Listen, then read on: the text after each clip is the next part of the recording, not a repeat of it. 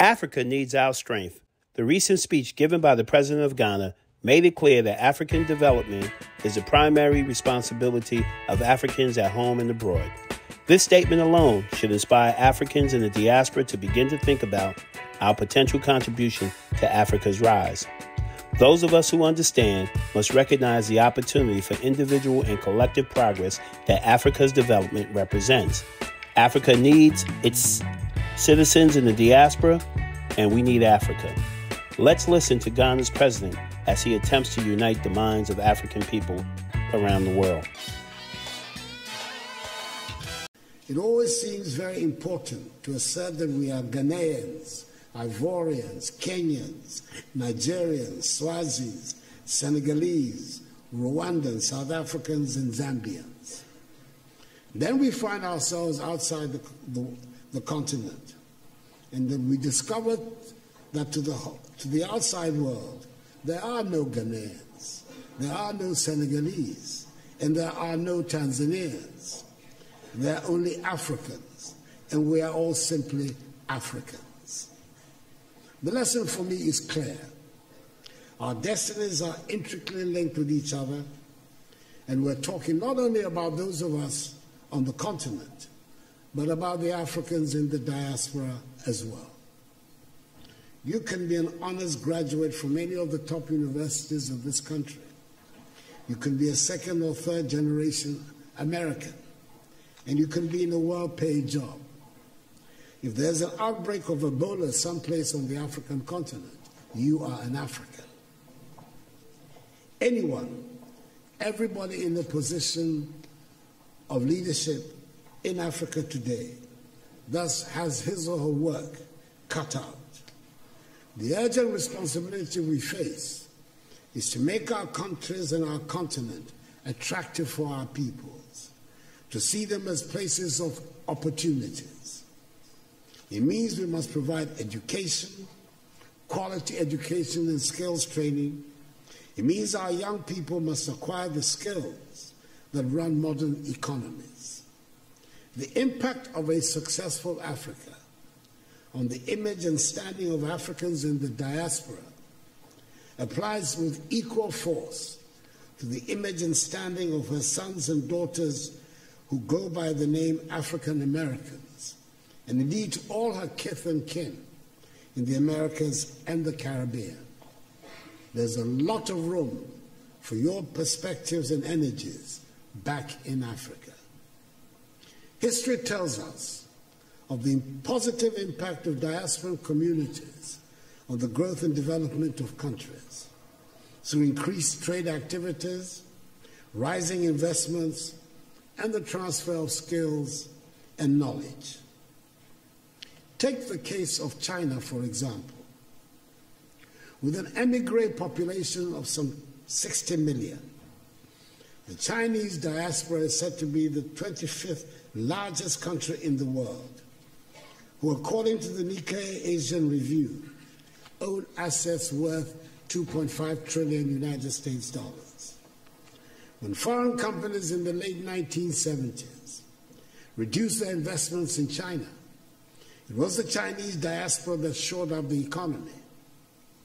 According to the Washington, D.C.-based Migration Policy Institute, MPI, half of the foreign direct investment, that is some 26 billion United States dollars, that transformed China into a manufacturing powerhouse in the 1990s, originated from the Chinese diaspora. That is the rationale of Ghana's initiative of Beyond the Return, which is building on the considerable success of the Year of Return and the renewed enthusiasm around building Africa together. We must work to help change the African narrative, which has been characterized largely by a concentration on disease, hunger, poverty, and illegal mass migration. Let us all remember that the destiny of all black people, no matter where they are in the world, is bound up with Africa. We should never forget that famous admonition of the celebrated Jamaican reggae star Peter Tosh, when he said, and I quote, Don't care where you come from. As long as you are a black man, you are an African, unquote.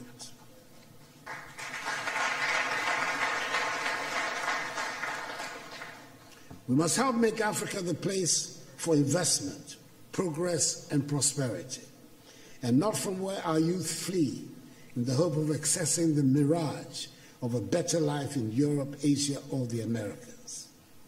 That is what the Beyond the Return seeks to do, so we can derive maximum dividends from our relations with the diaspora in mutually beneficial cooperation and as partners for shared growth and development. The second half of the 20th century witnessed a great blow for human progress and freedom when the African peoples, in the wake of Ghana's shining example, liberated themselves from the colonial and imperialist yoke and the racist ideology of apartheid and emerged as free, independent peoples to construct new nations of hope and advancement. The first half of the 21st century should consolidate this development and see the growth of modern, prosperous, technologically advanced nations within a united Africa, which would make a reality of the dream of the 21st century as the African century and bring dignity and respect to black people all over the world. We've done enough talking, and dare I say we've had enough conferences and workshops.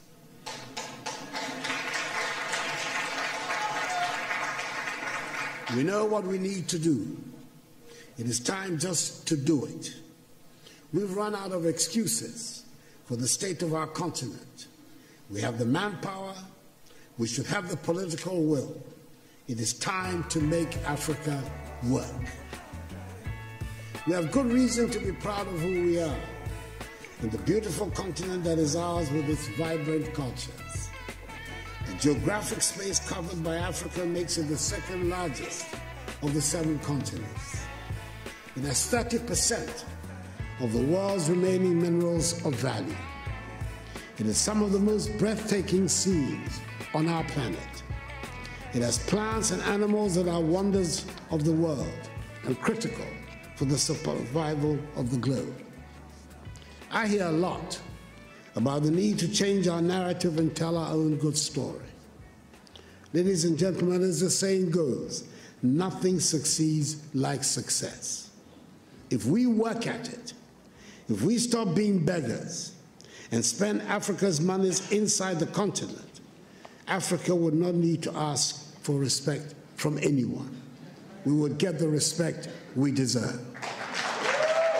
We should all embrace the spirit of a global African Renaissance by taking the most important step in any successful endeavor, and that is to make a decision. Let's make a decision about what we really want in the African world. The rise of Africa by the unification of Africa's sons and daughters has been the dream of our sincere leaders in Africa and throughout the diaspora. Let's make a decision that will empower and direct our future, and let's consider the awesome, creative, and energizing power in the setting of a goal. Let's reawaken the mighty words of the Honorable Marcus Garvey. Up, you mighty race, you can accomplish what you will. Let's all wake up and do our part. It's African Renaissance time.